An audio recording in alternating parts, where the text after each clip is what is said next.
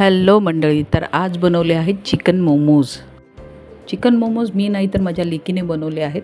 तर तुम्हाला रेसिपी कशी वाटली ते कमेंट करून जरूर कळवा आणि व्हिडिओला लाईक शेअर जरूर करा. तर त्यासाठी लागणाऱ्या साहित्यामध्ये पाहूया आपण. हे चिकन घेतलं आहे. हे चिकन बोनलेस चिकन आहे. हे मी पाव किलो घेतलेलं आहे आणि हे आपल्याला मिक्सरमध्ये फिरवून घ्यायचं आहे. अगदी बारीक असा त्याचा किमा करून घ्यायचा आहे आणि हे मी 2 बॅचमध्ये करत आहे. तर तुम्ही बघू शकता अशा प्रकारे हा खिमा तयार केलेला आहे. आता हे खिम्यामध्ये घालण्यासाठी आपण घेतलेला आहे एक मोठा कांदा, एक हिरवी मिरची आणि लसूण आणि आलं.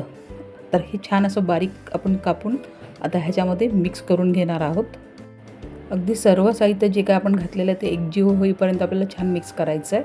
त्याच्यानंतर 1 ते 1.5 चमचा आपण सोया सॉस घातला आहे आणि त्याच्यानंतर 1 चमचा आपण व्हिनेगर घातला आहे आणि ते व्यवस्थित मिक्स करून त्याच्यानंतर पुन्हा आपण ह्याच्यात घातलेलं आहेत काळी मिरीची भरड, ती आपण घातली आणि त्याच्यानंतर व्यवस्थित मिक्स केलं आहे. त्याच्यानंतर चवीप्रमाणे मीठ घातलं आहे. त्यानंतर आपण हे झाकण लावून ठेवून दिलेलं आहे. त्याच्यानंतर तुम्ही बघू शकता मैदा मळून घेतलेला आहे आणि त्याच्यानंतर आपण चीजही घेतलेलं आहे आणि आपण छान अशी चपाती लाटून घेतली आहे. तर अशा एवढी जाडीची आपण चपाती लाटून घेतलेली आहे आणि मी ह्या डब्याच्या झाकणाने असे हे छापून घेत आहेत.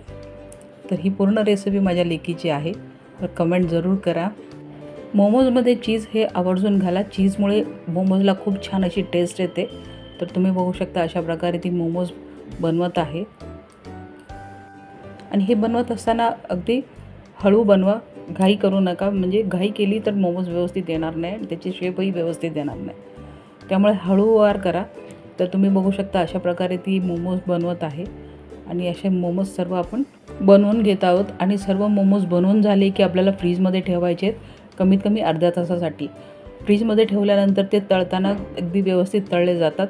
आता गॅसवर मी तवा गरम केलेला आहे, बिडाचा तवा आहे आणि ह्याच्यात आपण तेल घालून छान असे आपण मोमोज तळून घेत आहोत आणि मोमोज तळताना मीडियम फ्लेमवर आपल्याला मोमोज तळायचे आहेत म्हणजे आतपर्यंत ते शिजले जातात. तर असे आपले मोमोज तयार झालेत. आता हे शेजवान चटणी किंवा मेयोनीजबरोबर सर्व करूया.